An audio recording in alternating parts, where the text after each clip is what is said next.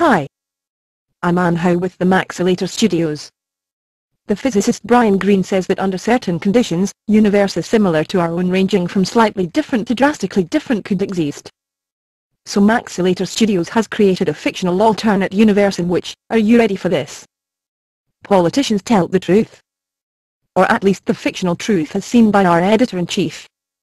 A presidential press conference in that fictional universe is winding down. Let's look in and see what's going on. I have time for one more question. Okay. Over there. Page Turner with the Maxinator News. Mr. President, Larry Summers has left your administration to return to Harvard to teach. Prior to his becoming part of your administration, he lobbied vigorously for the very things that were blamed for causing the 2008 economic meltdown. Would you explain why you appointed him as your economic advisor given his past history? I'll begin my answer by asking a question. Do you believe in capitalism? Yes, I do, Mr. President. Great. The indoctrination program is working. Here's the way things are. Political parties are similar to businesses. We purchase raw materials, votes in our case, by buying political ads and utilizing a variety of other means to win elections.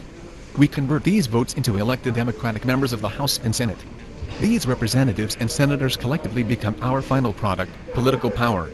We then market our political power to our potential customers, which include Wall Street banks, domestic and foreign corporations, foreign governments and foreign financial interests.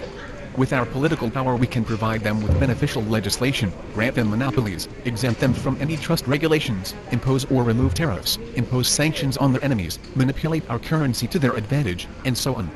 They purchase our political power by providing us with large sums of money in the form of campaign contributions and other forms of remuneration. Starting the cycle again, we solicit votes using corporate money to spread political promises and agendas we have no intention of implementing, but nevertheless will convince voters to vote for our candidates rather than those of the Republicans. Mr. Summers' record as an economist had little to nothing to do with his appointment. He was appointed because Wall Street wanted him appointed. Don't forget the $1 million contribution to my presidential campaign that Goldman Sachs made. Mr. Summers has made his service contribution on behalf of Wall Street, and now it is time for him to reap his rewards for this service. And I'm sure you have noticed that Gene Sperling, Mr. Summers' replacement, has strong Wall Street ties as well, is banker-friendly and firmly in the camp of financial deregulation. Mr. President, you make it sound like the will of the people is irrelevant in the eyes of our government. It is.